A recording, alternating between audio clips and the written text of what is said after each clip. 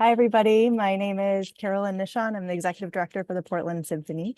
And it is my absolute honor to serve in that role. And number one, thank you all for being here.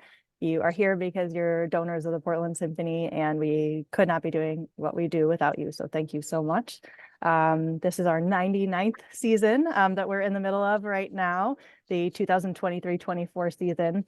And that means that next year is our 100th anniversary. And so I hope you all are planning on attending either the Sunday, the 28th, Beethoven's 5th concert, or the Tuesday, the 30th, but you'll also get a mini preview of the 100th anniversary as well that Eckhart's going to be sharing. So we're very excited about that.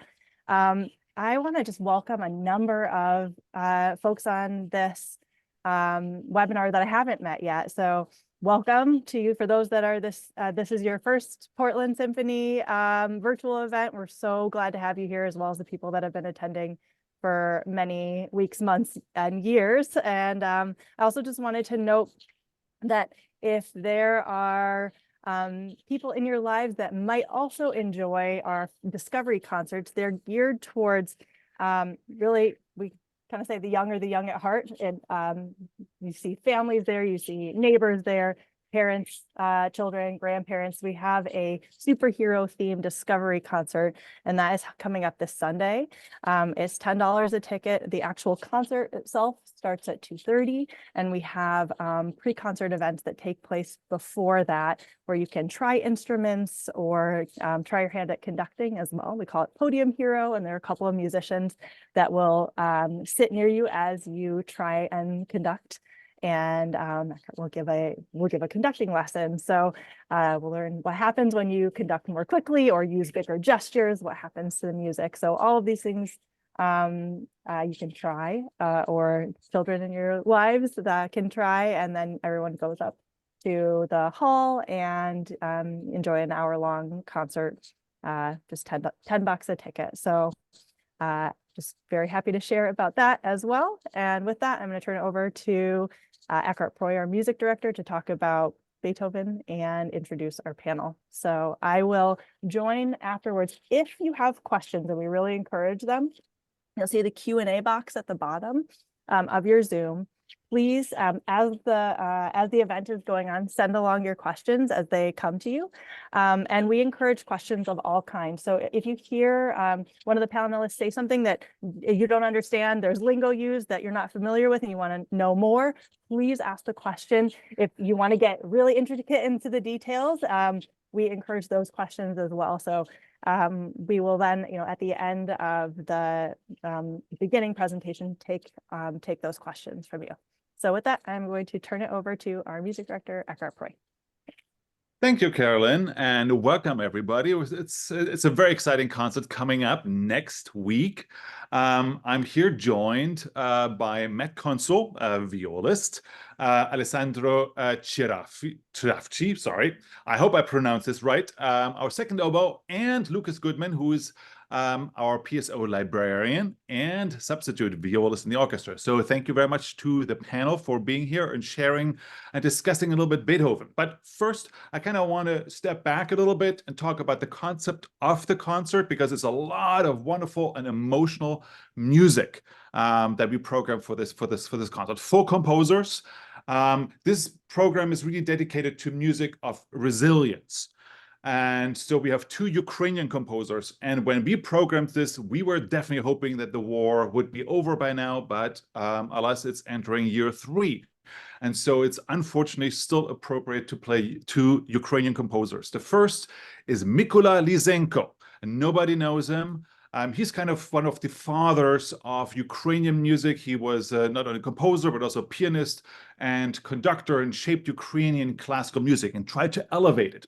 He lived at the same time as Edward Grieg and Smetana and Dvorak, kind of these romantic composers who took their folk music and included it in their music. And the same thing also in terms of topics, really go back to the narrative of folk tales and include those two. And Mykola Lysenko does that in Tarash Bulba.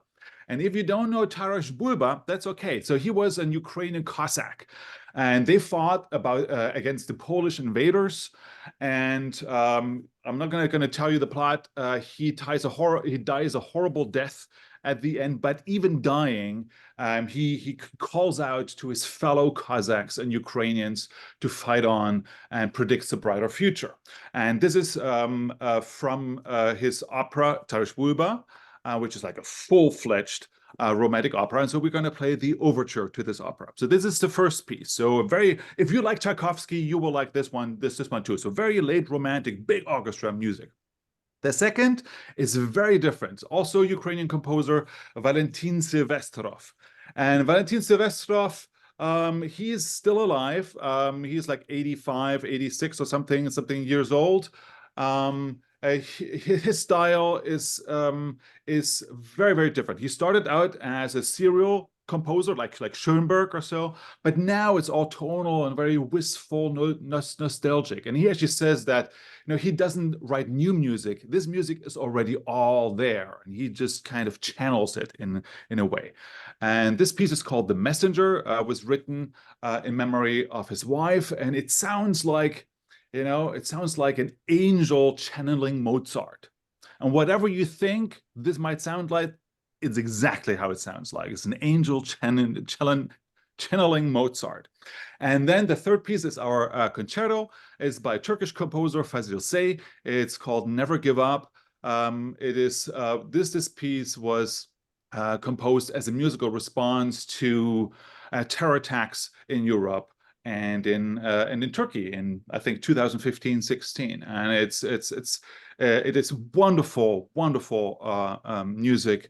And our cellist, Camille Thomas, she is French. It was written for her. She's an absolute phenomenal cellist. And it's all, of course, very, very emotional, but very, very beautiful music. And then we have Beethoven. That's why we're here. And also Beethoven, of course, in his Fifth Symphony, is dealing with his increasing deafness, the horror that goes along with this, the existential angst that goes along with it. And so we start kind of in a place of darkness and work our way towards light. I kind of want to start with a very general question to our panel, and that is, Beethoven is probably the composer of all Western music that speaks to everybody. I mean, he has this universal appeal, young or old, people of all walks of life, classical music fans or not, rich or poor, all seem to love Beethoven. And if you can play Beethoven to a 6-year-old and they're going to love it, and to a 60-year-old and they're going to love it too. And my question is kind of to the panel, what do you think is kind of the universal appeal of Beethoven? Why is that? And we can start with the oboist, Alessandro. Why don't we start with you? Well, I think for me, what I find with Beethoven is that he leaves you in a space where you could really think and reflect on your life. It's not that he's saying anything, but building a world that, he's trying to input this idea or this idea and expand upon it like this major essay. What he's doing, I feel, is that he's taking ideas to create a general soundscape that leaves you free to just sit, listen, and just think, how do I relate to, a particular emotion that I might feel at this moment in the piece? And I think that's one of his greatest qualities in general, is just that feeling of, I am free to reflect on my thoughts, my emotions, and my world. Yeah. Any of the violists have anything to say? Sure. Yeah. So Beethoven, for me, what I really think of is just fire and energy and passion. And he, for me, is really the first composer that really is able to make your heart race and feel like the music is a physical thing that's like existing around you. And again, like makes your heart race and just gets you so excited. And, he captures like every single emotion, even in just the Fifth Symphony. We start in a dark, anxious place, and by the end, it's just the most joyful, exuberant, happy music and everything in between. Yeah. Matt? I'll add a little bit. So many wonderful things already said about Beethoven. For me, Eckhart, you mentioned one of the composers talked about the idea of channeling. And Beethoven for me sort of strikes that perfect balance of channeling something greater than all of us, while also just being fully tapped into the human experience. You get this perfect combination of divine whatever and something so human that it sort of has the ability to, you know, something for everyone to relate to. It's so universal and so individual all at the same time, and I don't know of any other composer indeed that has done it so universally. So Yeah. Yeah. So when I conduct Beethoven, so I feel the pain that he felt when he wrote it. And so he's famous, of course, for his many sketches, and they're crazy. You cannot read them as a normal person. You cannot read them. They're all across, and it's all just, it's really, really crazy. It's like a crazy person composing and then saying, this is all no good. Let's start over. And so his process was so painful. And I feel like the human element of his music is always so present.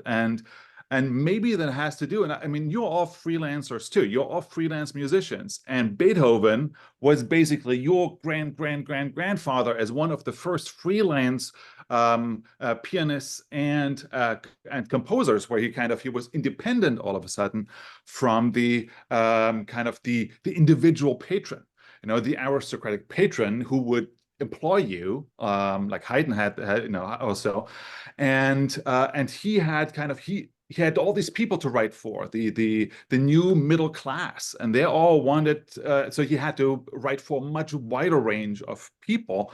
And maybe that's why he kind of went also with his music much further out than anyone else, so it's much more original, much more real, less elegant, more down to earth.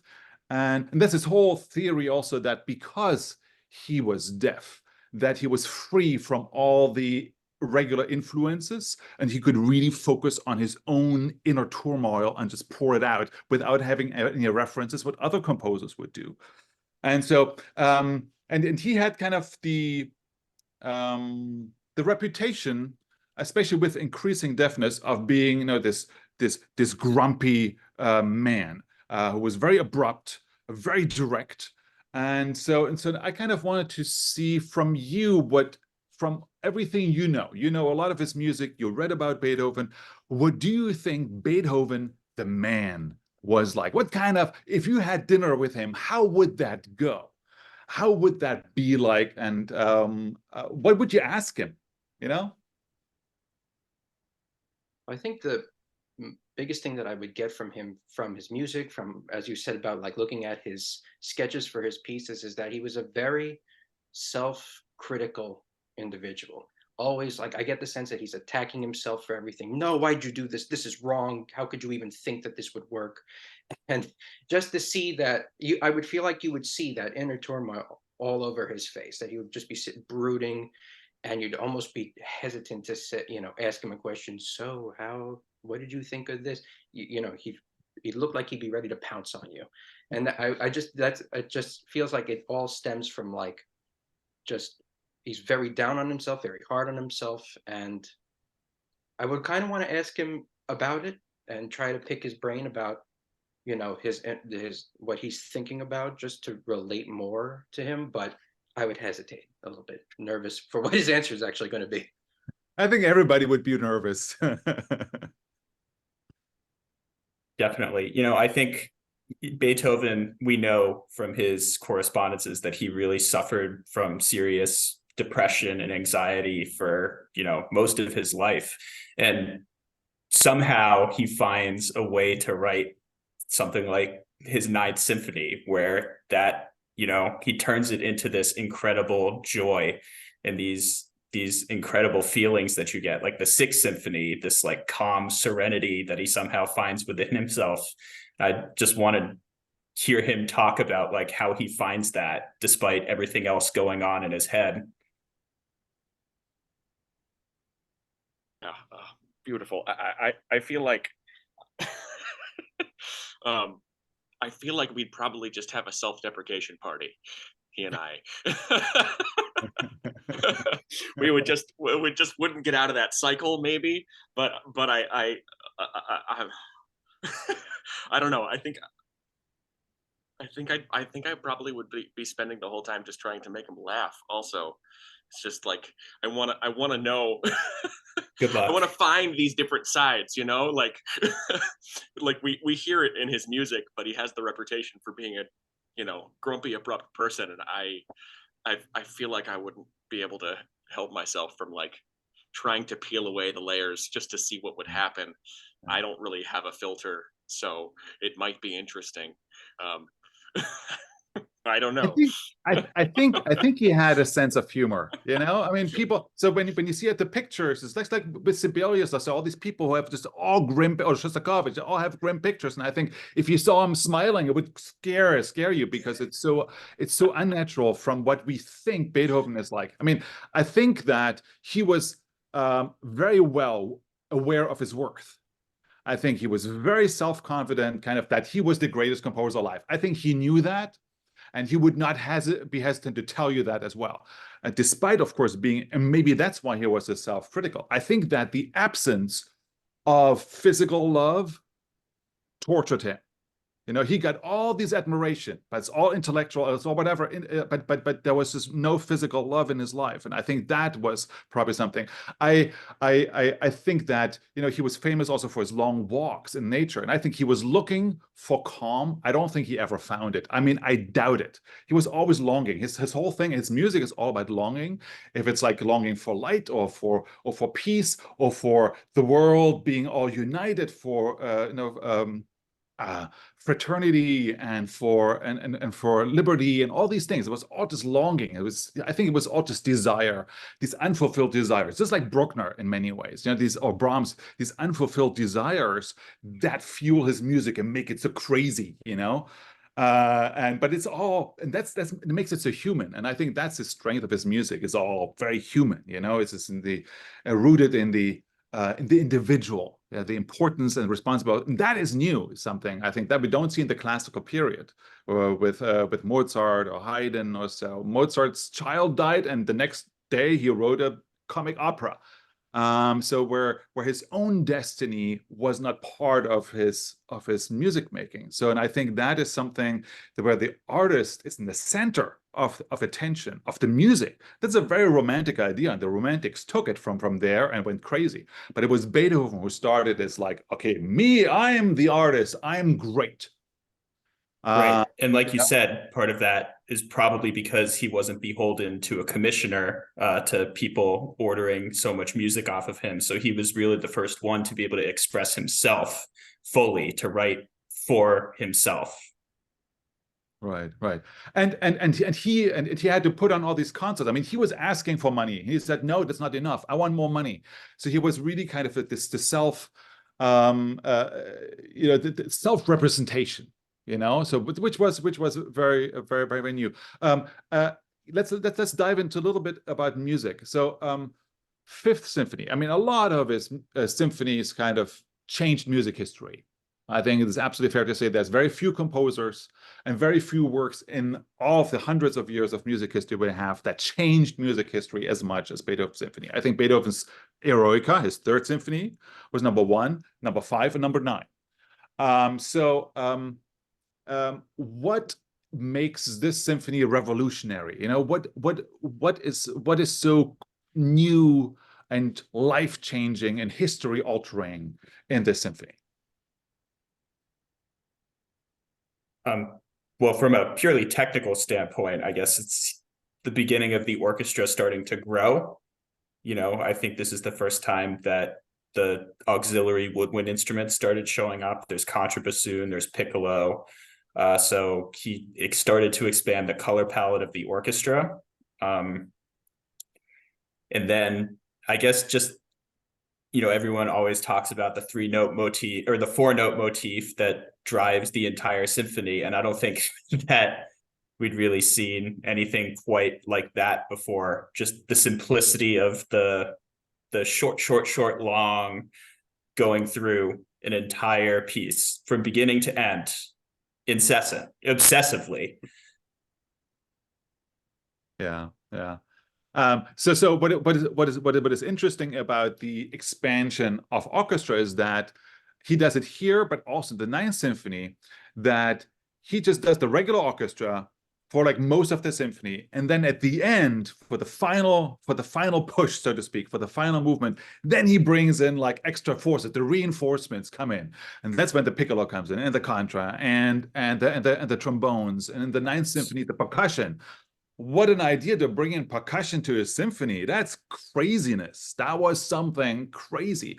And of course, we all like, of course. But back then, having a trombone also in symphonies, Haydn, trombones in a symphony, Mozart, so this was all brand new.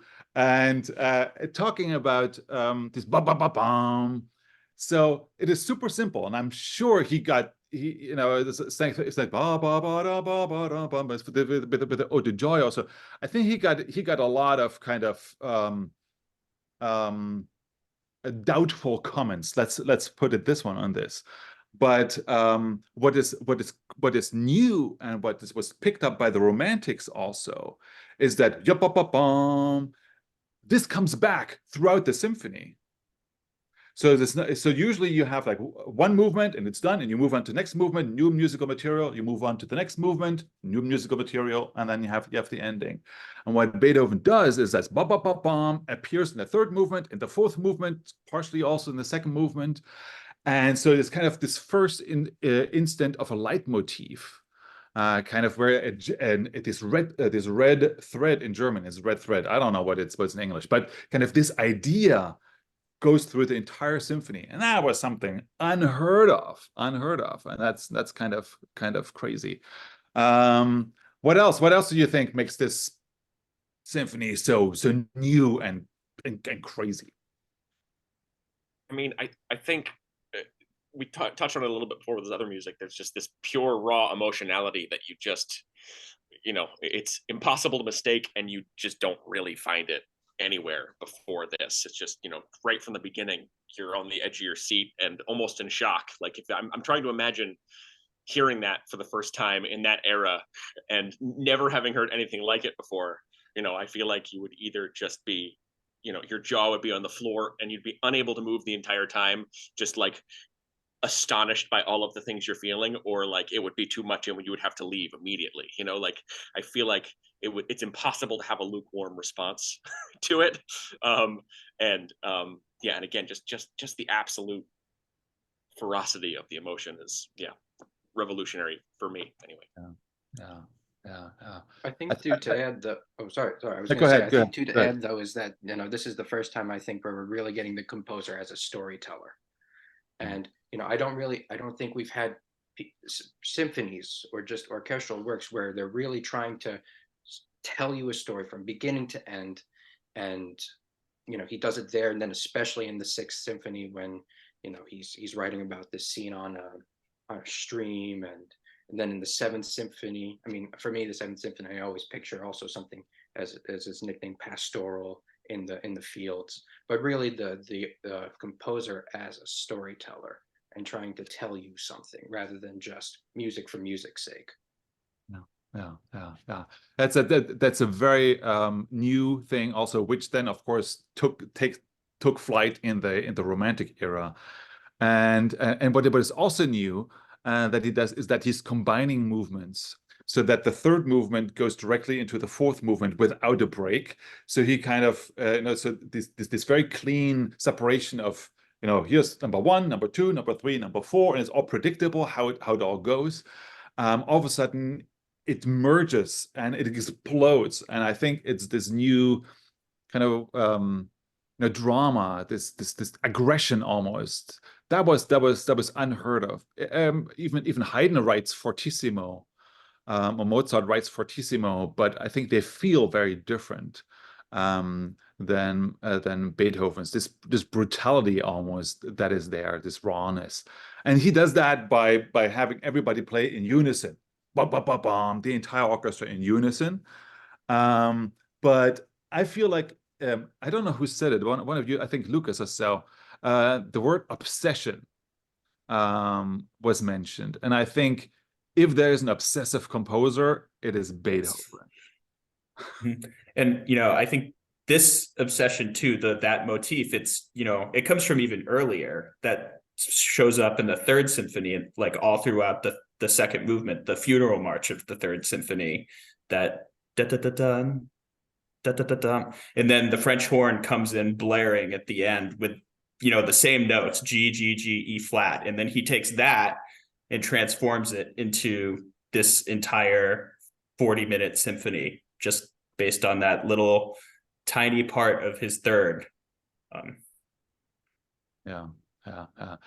And I think so I wonder, we all know that one of the most important things that Beethoven does is that he introduces these, Haydn does it a little bit, but again, very differently, these abrupt dynamic changes that are extremes, from really, really loud, it goes really soft, and then he hits you and hits in the face right after that.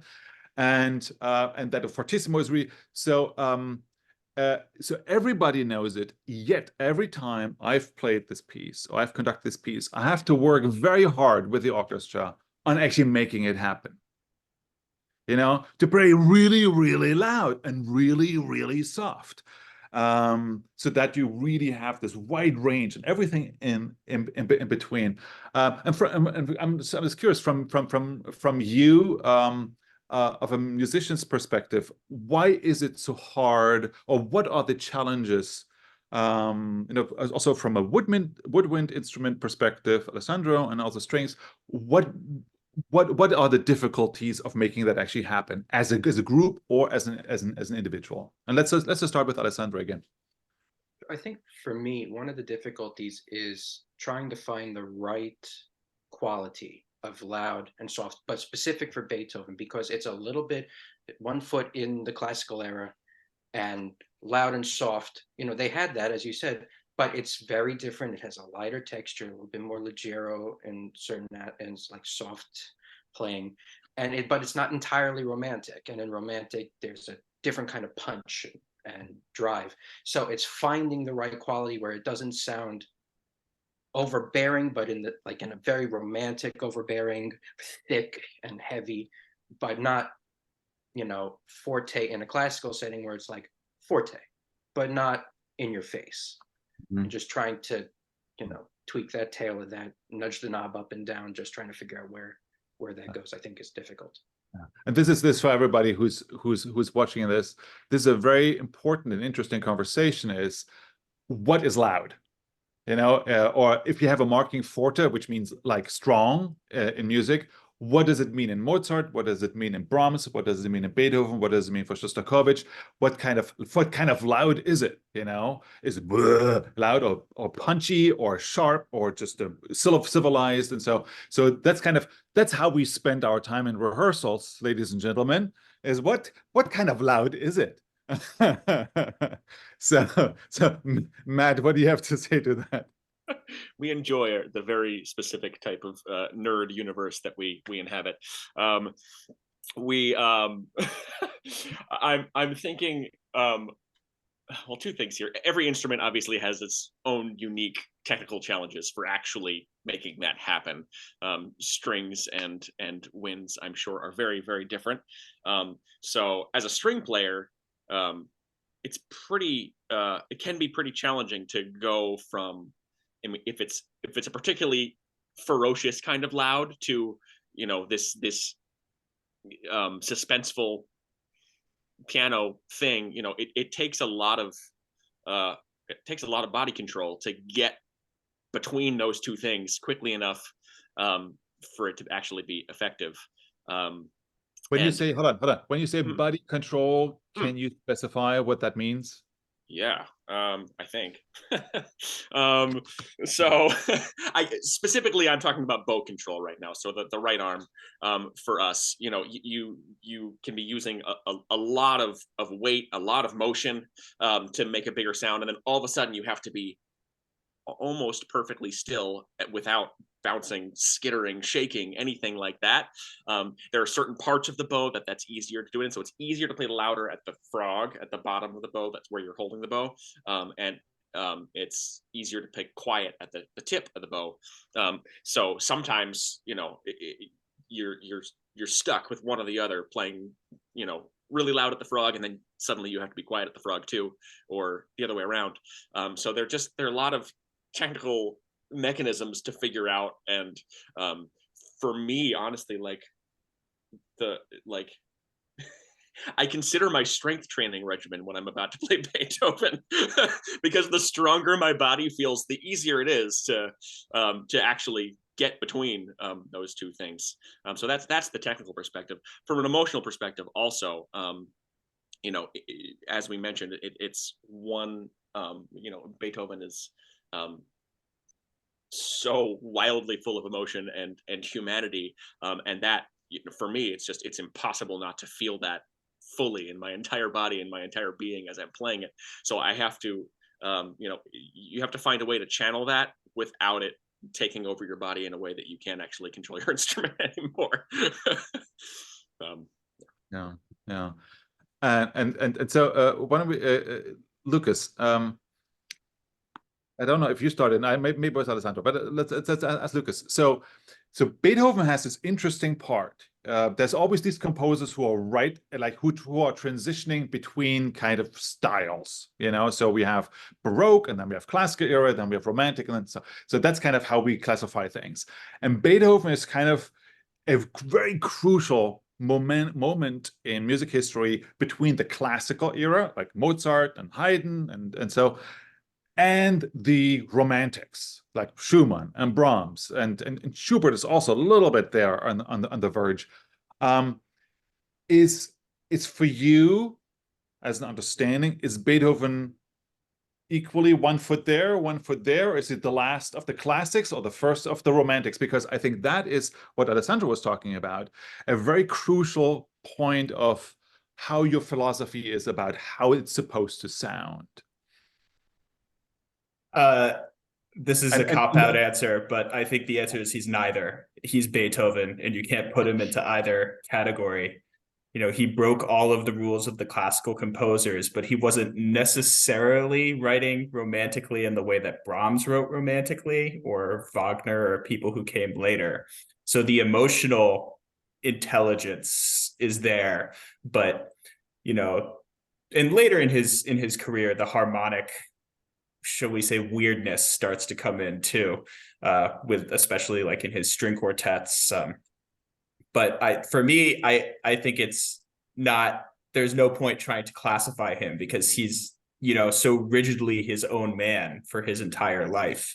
And that's part of what makes him so great, is that he defies those sorts of conventional classifications that we insist on putting on every other composer. Yeah. Yeah. Anyone else has an opinion about about this?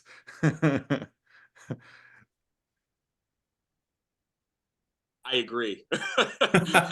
That's really all I have to say, I think. I think Lucas put it really well. I mean, he technically exists in that transitional period between classical and romantic, but it's just it sort of exists outside of space and time if you're trying to classify things from my perspective. It's just, you know, he really did his own thing. He's a composer version of Frank Sinatra's My Way, if you will, you know. Just his own thing through and through, beginning to end, and that was that. Yeah. What is your favorite moment in the Fifth Symphony? What are you, when you sit there and we're about to play the Fifth Symphony, what is your favorite moment that you're looking forward to that moment? Alessandro, why don't we start with you? For me, I love the last statement of the theme in the second movement. And because it follows, you know, the way it's stated in when we first hear it, it's beautiful. How it descends from the winds into the strings is lovely. But the very last time we hear it, the strings have an extra, a different leap that they usually take. And it creates a very different harmonic color for me. And it's a really like, ooh, touching moment. Yeah. So. Yeah. Lucas? For me, it's probably the first iteration of the theme of the second movement, because, you know, it's a big moment for us violists and cellists. You know, we practice that excerpt for pretty much every orchestral audition we ever get to play. And it's really nice to get to play it together instead of by yourself in front of a screen, alone on stage. And it's just one of those melodies that just sticks with you, and there's so much soul in it, and it just feels great to play it. To clarify what Lucas just said, is that when we hire new musicians, there are certain excerpts that they have to play, and the beginning of the second movement is a standard excerpt, musical excerpt for all violists and cellists. So these musicians play this excerpt hundreds, thousands of times to perfect it. And so, but the problem is that, of course, first of all, you practice it by yourself in your room, and then also on stage when you audition, you are behind the curtain playing it all by yourself. So what he appreciates is that everybody plays it as a group, and it's much easier that way, of course. And it usually sounds better too. Matt, what do you think? Unsurprisingly, Lucas stole my answer as a violist also. Really? Really? I know, it's the cop-out response for violists. I was going to make a joke about it. I love it because I've practiced it so many times that it just feels so comfortable, and it's great to play it together. Being, you know, having that comfort level with any piece of music, you get to peel back the layers in a way that you wouldn't be able to for something that you haven't played thousands of times. That being said, Okay. I'll try something else. This also feels like a cop-out too, but I love playing the opening of the first movement. It's so terrifying, honestly. Both, you know, from a sound perspective, like, you know what's coming, and every time it's like, oh gosh, there is again. And also from a technical perspective, every conductor conducts it just a little bit differently. And the orchestra absolutely nailing that opening statement sets the tone for the entire story being told after that. And that exhilarating experience of, oh boy, here we go.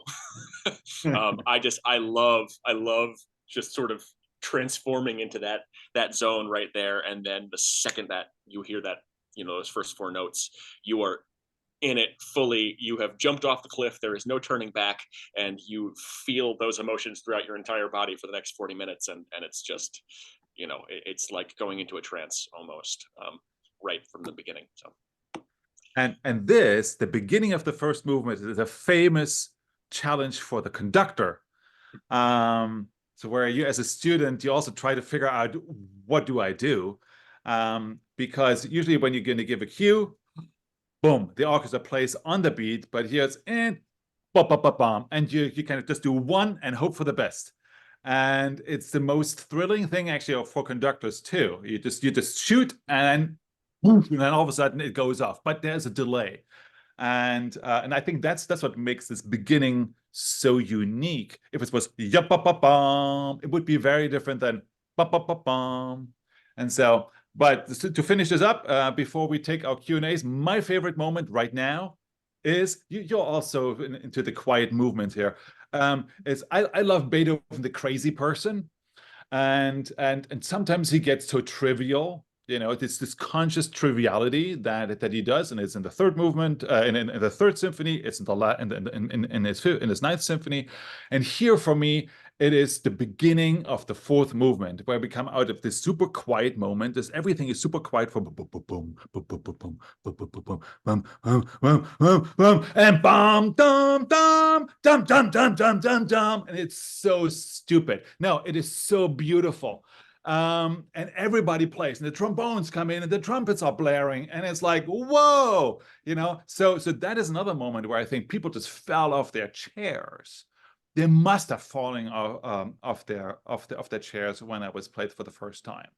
And I think it's brilliant. I think it's brilliant. So that's kind of my favorite movement, my favorite moment of the piece. So thank you very much, Alessandro, Lucas, and Matt. And I'm going to turn it back over to Carolyn for Q&A. Great. Thank you, everybody, for submitting your questions. So first, there's just one attendee that said, there's an amazing view of Beethoven portrayed in one of the Now Hear This composer video portraits by Scott Yu on PBS entitled Beethoven's Ghost. So I found, I'm just going to send it to everybody. There's a link to that. It looks like it's not available online unless you donate to PBS. So I've sent it, and if you want to do that, it looks like you can watch it that way, but that's through the PBS website. So shared that. The next question is a question that ties back to kind of earlier in the conversation about kind of speculating on how Beethoven might have felt about certain things. And the question is, do you think Beethoven would be surprised by how long his music has been loved? I don't think so. I agree with Lucas. I don't think so. I think he knew that he was great. Everybody knew that he was great. Napoleon knew that he was great. Even when they invaded Vienna, they had a guard in front of his house so that nobody would march in there, so that Beethoven was protected. He was already at his lifetime. He was the holy man. I mean, he was untouchable, and he knew it. And so I don't think so. So unless there's someone else has a different opinion, I would be curious to know. Well, yeah, even while he was alive, every composer was trying to be the next Beethoven, and that has continued until today. So I think he knew. Right. Alessandro, anything to add? No, I think No. you know. Yeah. Could somebody hum the beginning of the second movement mentioned by Matthew and Lucas? Oh, why don't the two violas do it together? Okay, but you have to conduct us. One, there might two. be a delay issue here. Da da da da da da da da da da da da da da da da da. I'm too loud. Da da da da da da da da. Yeah, it's amazing. Beautiful. Sorry, I left you hanging there. I figured Find it on one of us YouTube. was better than both of us. It's great. I think that may be the first time we've ever received a request for anybody to sing on the spot. Nice job with drop the needle. Different recordings of the symphony play at quite different tempos. How do you decide the tempi that you are going to use? This is for Ecker. Well, fortunately, there was a guy called Meltzel, who was a contemporary of Beethoven's, who invented the metronome. And so Beethoven went back. That was later in his career, in his life, and Beethoven went back and put metronome numbers, markings on all of his music. Lots of doubts have been raised because he was already deaf at that point, how true they were. I think he could still see the thing going back and forth. And knowing that he was obsessive, that he loved the extremes, not only in dynamics or tempos, that also in tempos, so we have, for instance, for the first movement, we have 108. That's the tempo, and so it is fast. I think 104 is comfortable. It used to be much slower, but with time over the last decades, the tempo has been kind of speeding up. Conductors have been trying to really push it towards that metronome number, and I think we're going to be close to that. And Eckhart, when you say 108 or 104, what do you mean by that? I mean that if you go to a metronome and it have also these things here, and you do this. Beats per minute. That's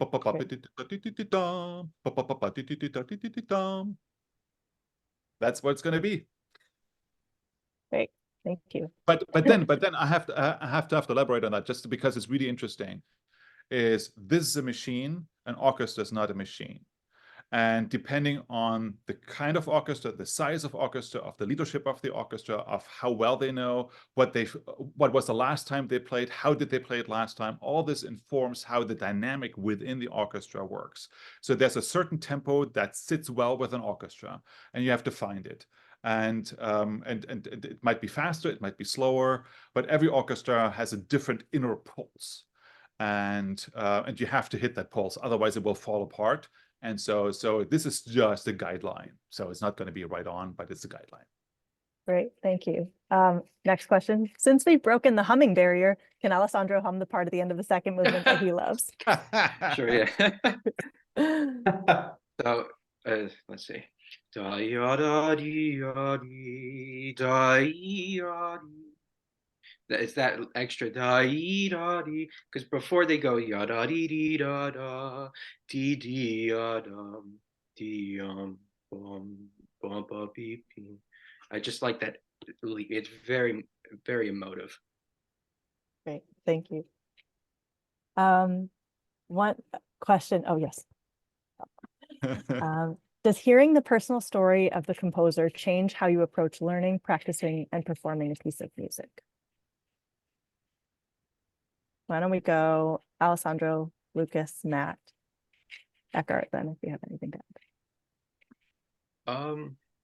I think, yeah, to try and bring the character to the piece, hearing the story, his personal story, but also different narratives that might be relating to the piece, they help. Just because, since it is so, in a way, open to interpretation, you don't want to go into this piece questioning any of your actions. So if I go in knowing, okay, he's writing this with a lot of angst and depression, then I need to go into the piece with that mindset of angst, depression, sad, really going, hard on my sleeve. But if I'm going with, a different narrative, like, this is a piece about revolution and, still tying into the, the French Revolution, like he did in Symphony 3. It has a different youthful fervor to it that I need to bring. So it does inform my playing and practicing of the piece.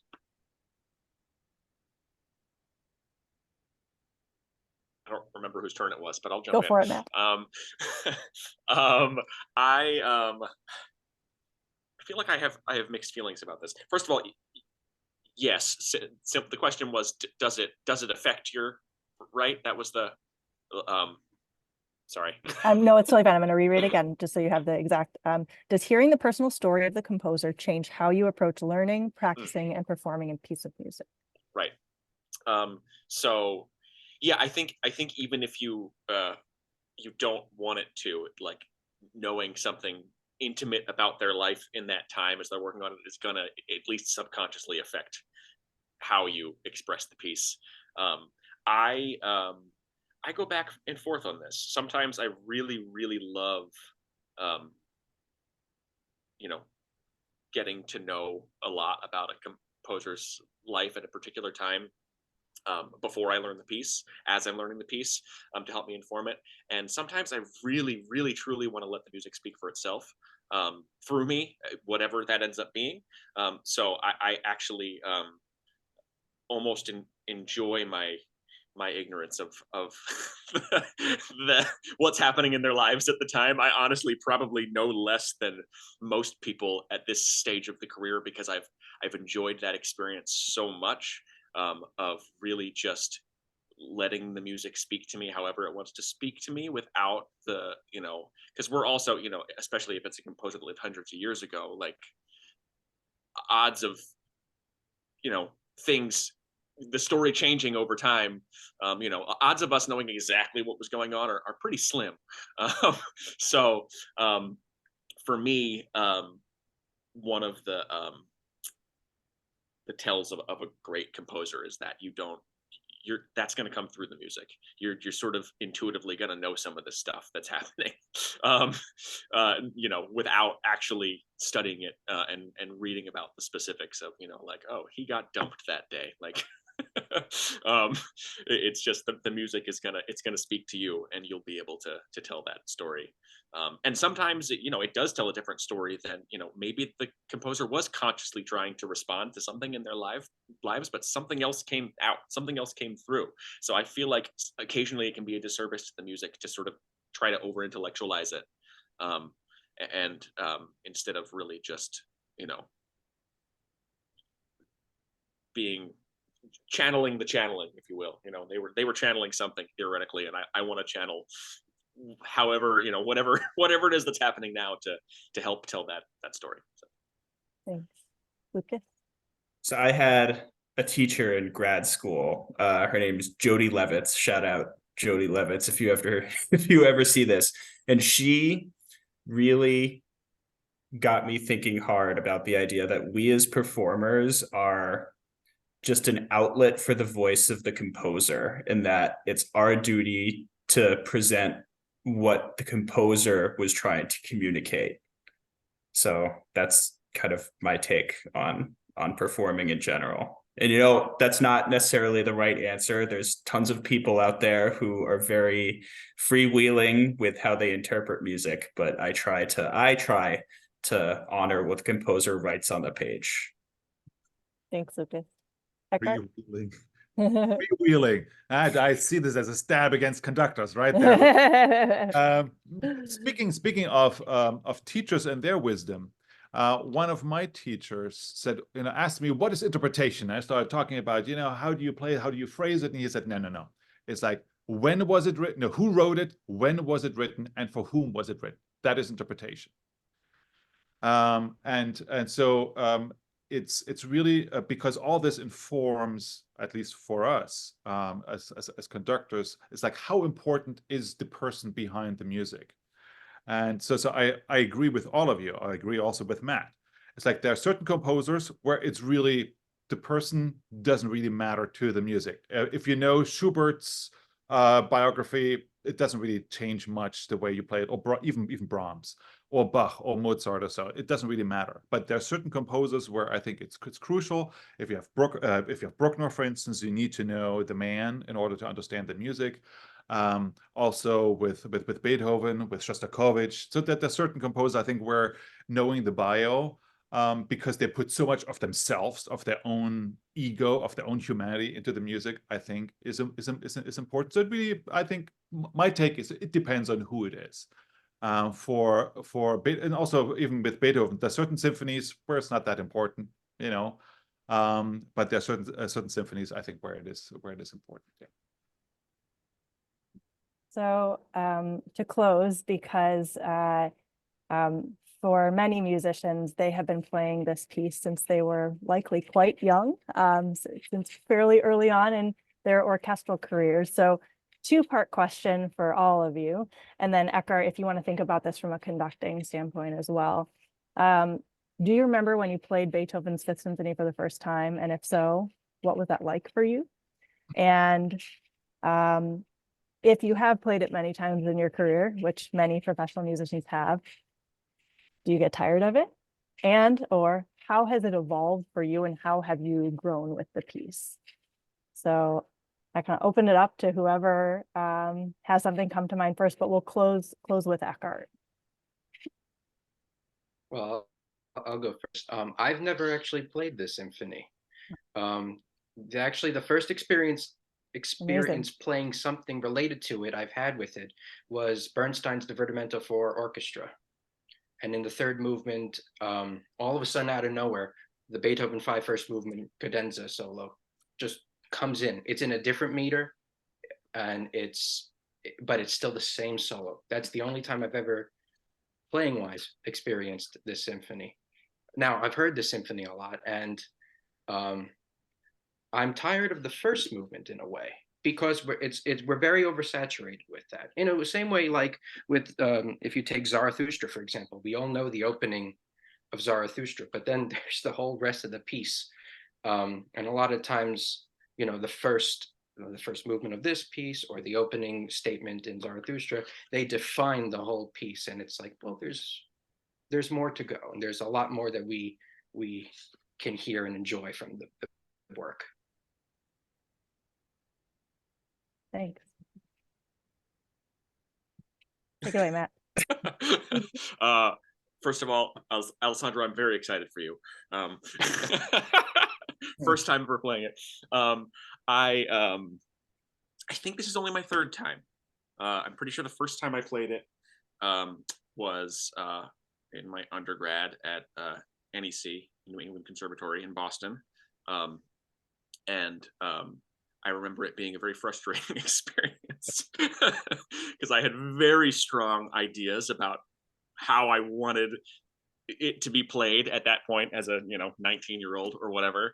And I also as I feel like I always have, it's hard for me not to fully embody the emotional experience of it. And I felt like my classmates just weren't diving in as much as I wanted them to. I was a cocky 19-year-old. So I just remember like trying to give so much and not feeling like everyone was sort of at the same level of giving there, and it just made for a weird performance. The second time I played it, however, was a good, I don't know, maybe seven years later, I'm guessing, 6 maybe. There was a chamber orchestra in Boston called Discovery Ensemble. Terrible name, great orchestra, and just a electric group with a wonderful conductor, and that it's like being transported to another dimension. I don't really remember the performance because it was like I blacked out, but in the best possible way. I just something took over. I've had 2 very different experiences of performing it, and I'm excited for third go around. I'm sure it won't be, exactly like either of the previous ones. It'll be its own bundle of excitement. So can't wait. Well, and amazing that the same notes on the page can have such different experiences in different performances with different settings, different people. For sure. Yeah. What about you, Lucas? I've played this one time in my life. It avoided me until I was in grad school, probably like 24 or something. It was at a summer festival. It was amazing, like I said, to finally, after practicing our big excerpt, so many hours, so many repetitions, to finally get into an orchestra and play it all together with 20 of your good friends. It's really amazing. This is also the first time I've worked on it as a librarian, which has been a fun experience. Eckhart came into it very set on how he wanted things to go. So there was a lot of copying of things into the various parts ahead of time, which is great because that means he's going to be able to focus on more important things during the rehearsal process. And I'm not playing in this concert, so it will remain just one time for at least the short term. Great. Yeah. And Eckhart, what about you? When was the first time you conducted it? How many times have you conducted it? Well, first of all, it's really interesting to hear you talk about how often you've played it, because everybody thinks we play Beethoven's Fifth Symphony all the time, which is true. Wrong. It is just so famous that we think, or maybe we hear it on the radio, but even there, we don't hear that often. I think it's just so part of our music world that's just so known, but we actually don't play it that often. Yeah. This must be my maybe 5th performance of it or so, and every single time with every orchestra has been a different experience and a different tempos. And, of course, we all have Matt was talk about this, this idea of how it's supposed to go. And then the question is, does it change with the orchestra, or how close can you get the orchestra to that ideal? And so every time it was very, very different. And I cannot remember my first time. I know where it must have been. I cannot remember. Maybe I was so horrified. I have no idea. And I just know every time it's a thrill. It's one of the first symphonies where I really feel it's a journey. And I think that was, paving the way for so many composers afterwards, where you have, you're in the ditch, you're in the darkness, and then you have this beautiful second movement, that we're talking about, kind of this search for hope. And then you go in the countryside and you find the wisdom in the simplicity of people. And then you go into craziness of that last movement, which is almost military music, where again, it's like, when was it written? The French Revolution was still going on. The Napoleonic Wars were still going on at that time. So there was influence of military music, but this is as colorful and as a narrative as any Mahler symphony, and is as thrilling as any later symphony. And so for me, I'm just looking forward to discovering new things with the PSO, to see what the orchestra brings to the table. And then kind of trying to make something new. Yes, I have my markings in the music, and I appreciate Lucas's work on that, but this is just a starting point, you know. So that we not, because here's the big issue with famous symphonies, is that a lot of our musicians have played it many times with different conductors, with different tempos, different bowings, different concepts, different sound ideas, all these, and everybody has an opinion. No offense, Matt. Everybody has an opinion. But at the end, the whole point of a rehearsal is we have to have one opinion, the same opinion. And so I'm happy to give in sometimes, you know, if it's something where I think, okay, that makes sense. But that's kind of what we're working on, is kind of finding that one opinion of this, how this journey is going to go. And that's in terms of sound. It's like, what kind of sound concert do we have? How aggressive are we going to get? How loud can we play? How soft can we play? How rhythmical pronounced it is? What is the tempo? Now, sometimes it's very easy. What are the characters? So all these things, there's many different ways to do this, many different ways to do this. And so now I'm just super excited about kind of this journey, also the journey to finding Beethoven, basically. And it's going to be an amazing concert. I'm happy that you know, we have so many people coming already on Sunday. It's selling out on Sunday. So having a full house there is going to be electric. It's going to be electrifying to the orchestra, and it's going to be. I'm just super excited. Well, I think, Ecker, I couldn't come up with a better close than that. So to all of our panelists, Alessandro, Matt, Lucas, and Ecker, thank you so much to everyone that attended. Thank you for being here. We really hope to see you on Sunday or on Tuesday at Merrill Auditorium. And, you know, just know that, well, even if you've heard the symphony many times before, there's going to be one time where it's going to sound like what it's going to sound like on Sunday, and one time where it's going to sound like what it's going to sound like on Tuesday. Those are once in a lifetime experiences, each of them. And so I hope to see you there and experience all of that together with the musicians on stage and everybody in the hall, because that is why we do this. So thank you so much. If you haven't eaten dinner yet, enjoy your dinner. If you've been eating it throughout, I hope it was delicious, and we'll see you very soon. Thanks, everybody. Thank you. Okay, bye. Thank you. Bye. Take care.